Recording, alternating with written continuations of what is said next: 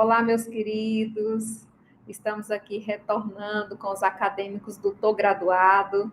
Dizer que nós estamos aqui na reta final da nossa disciplina, nossa última rota, né? Estamos na reta final. Agora está acabando a disciplina de responsabilidade socioambiental. Vamos lá. No curso superior de Tecnologia em Gestão Pública, disciplina Responsabilidade Socioambiental e Políticas Públicas. E o tema da nossa aula de hoje é Governança Ambiental no Brasil, modelos e estratégias de gestão ambiental em favor do desenvolvimento sustentável. Vamos lá para os objetivos da nossa aula de hoje? Quais são os nossos objetivos aqui? Primeiro, relembrar conceitos, o que é governança, né? Governança ambiental no Brasil e quais são os atores aí dessa governança ambiental. E depois, agora, o foco principal, que é estudar modelos e estratégias de gestão ambiental, e aí com um enfoque específico em relatórios de sustentabilidade e balanços sociais. Então, vamos lá ao nosso conteúdo, ao nosso último conteúdo aí da disciplina. Confesso a vocês que já estou com saudade. Vamos lá. Nós já falamos várias vezes aí do marco do desenvolvimento sustentável, então nós temos aí essa linha do tempo quando se fala em sustentabilidade, que é a partir da Conferência da ONU em 72, passa pela criação da Comissão Mundial de Meio Ambiente, né?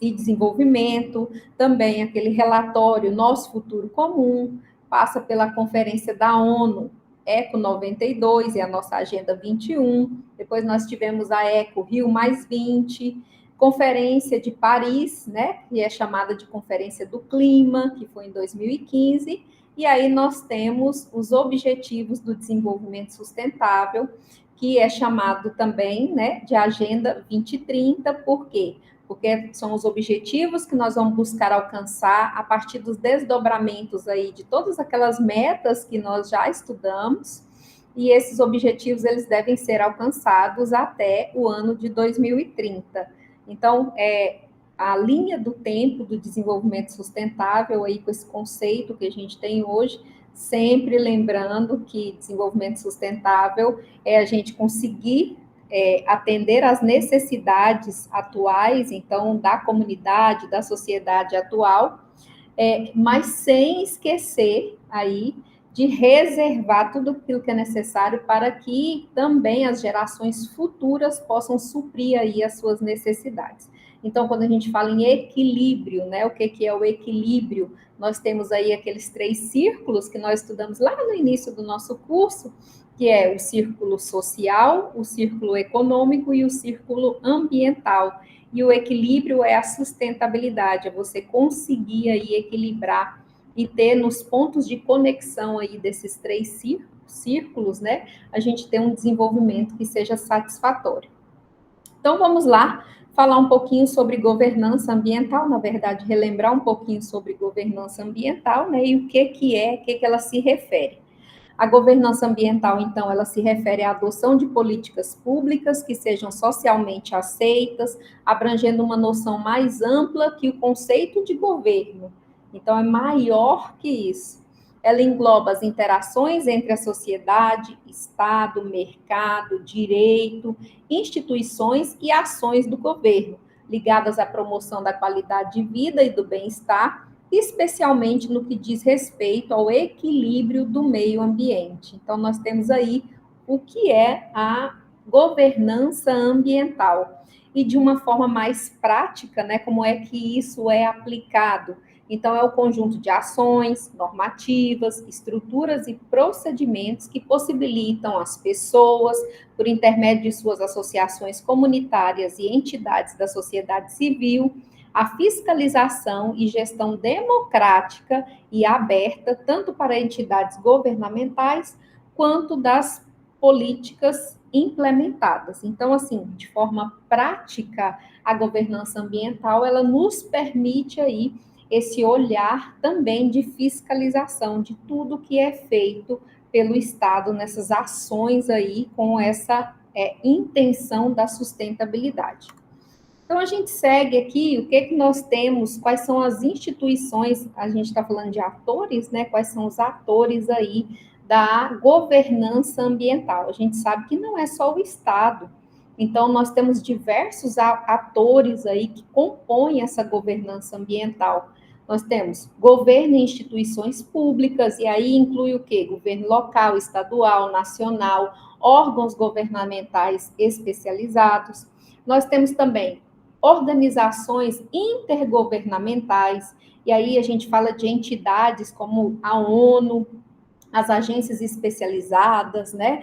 Programa das Nações Unidas para o Meio Ambiente, então, aquilo que está até além do que é o nacional, né? Nós temos aí o setor privado, e muito importante a participação do setor privado, empresas, indústrias, porque tem impacto significativo aí no meio ambiente, também possui recursos e tecnologias cruciais para a implementação de soluções sustentáveis. Então, nós todos fazemos parte do problema e também temos que fazer parte da solução do problema, que é a crise ambiental que a gente está enfrentando. E também as organizações não governamentais e os grupos de sociedade civil. Eles desempenham um papel fundamental, tanto de conscientização pública, como de pesquisa, monitoramento e até de pressão, porque a gente sabe que esses grupos, eles são formadores de opinião e eles acabam por pressionar aí a adoção de práticas mais sustentáveis.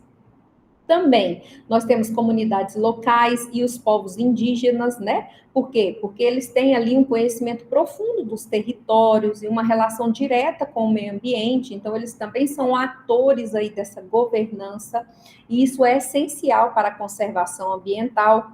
Academias e centros de pesquisas, nós já falamos aí sobre educação ambiental, nós já falamos sobre a educação ambiental e a universidade, o papel da universidade, a universidade que é pesquisadora aí, porque o tripé da universidade é ensino, pesquisa e extensão.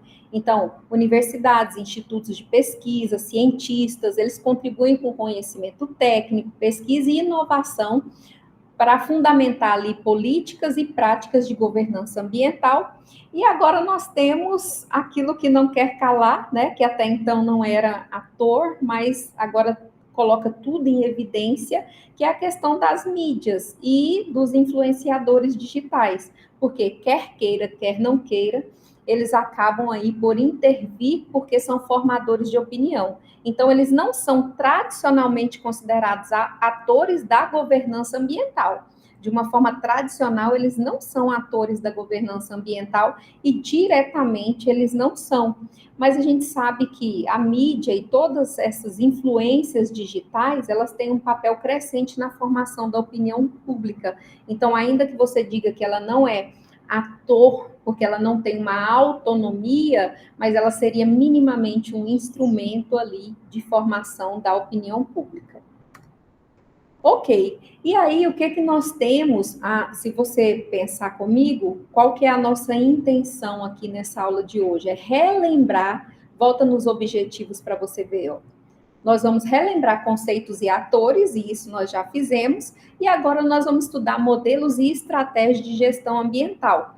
E aí os dois enfoques que são dados nesses modelos e estratégias são relatórios de sustentabilidade e balanços sociais. Então agora nós vamos falar um pouquinho sobre esses relatórios ambientais, tá? Então, primeiro, o que é um relatório ambiental, né? E qual que é a finalidade? Então vamos lá. Esses relatórios ambientais, eles são uma forma de comunicação, uma forma de publicidade, uma forma de divulgação de aspectos ambientais, tanto das organizações, né, como também do governo. E o impacto que isso traz, o que se pretende em relação a esses relatórios. Então, tudo isso está estabelecido em razão do motivo desses relatórios ambientais, tá? Então, nós temos que esses relatórios, eles são instrumentos de política pública ambiental na gestão pública. Então, para a gestão pública, são instrumentos. E na gestão empresarial, eles são atos voluntários e que muitas vezes estão relacionados, inclusive, com marketing. Por quê? Porque se eu divulgo relatórios e esses relatórios, eles têm um saldo positivo na questão ambiental, por óbvio que eu consigo falar no marketing verde, que é você exatamente divulgar o diferencial ali da sua organização. Então, isso é bastante importante, tanto na gestão pública, como também na gestão empresarial. Então, vamos falar um pouquinho sobre eles. Primeiro, o relatório de sustentabilidade. Esse relatório de sustentabilidade, ele segue um padrão internacional. Esse padrão internacional, inclusive, quando nós estudamos na aula de indicadores de sustentabilidade, vocês vão lembrar, porque nós já falamos sobre esse assunto, né? Naquela aula de índices e indicadores de sustentabilidade, nós falamos desse indicador de sustentabilidade. Na sua tradução, ele é Iniciativa Global de Informação e ele é internacional, o parâmetro dele ali, onde se estabelece o que deve conter, é internacional, o que deve ser avaliado. Qual que é o seu objetivo? Promover e disseminar nas organizações a prática de medir o seu desempenho em termos ambientais, sociais, econômicos e divulgar os resultados como forma de prestação de contas à sociedade. Então, esse é o objetivo aí do relatório de sustentabilidade.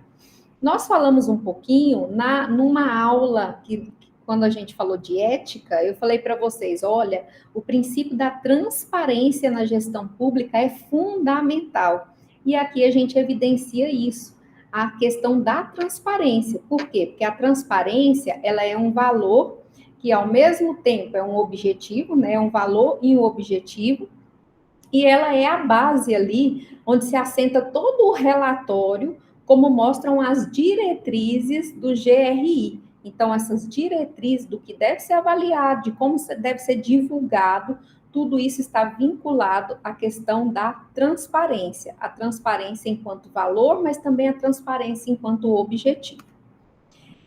Qual é a obrigatoriedade desse relatório? É importante a gente verificar, eu sou obrigado ou não sou obrigado a fazer esse relatório de sustentabilidade. Então, nós temos aí uma lei que é de 2016, que essa lei, ela estabeleceu, ela dispôs sobre o Estatuto da Empresa Pública, da Sociedade de Economia Mista e suas subsidiárias no âmbito da União, do Estado, do Distrito Federal e dos municípios. E ela especificamente, lá no seu artigo 8º, inciso 9º, estabelece que as empresas públicas e as sociedades de economia mista deverão, isso é um dever, observar, dentre outros requisitos de transparência ao fundamento, transparência, divulgação anual de relatório integrado ou de sustentabilidade. Então, aqui é obrigatório para essas empresas públicas ou sociedade de economia mista, é obrigatório essa divulgação desse relatório.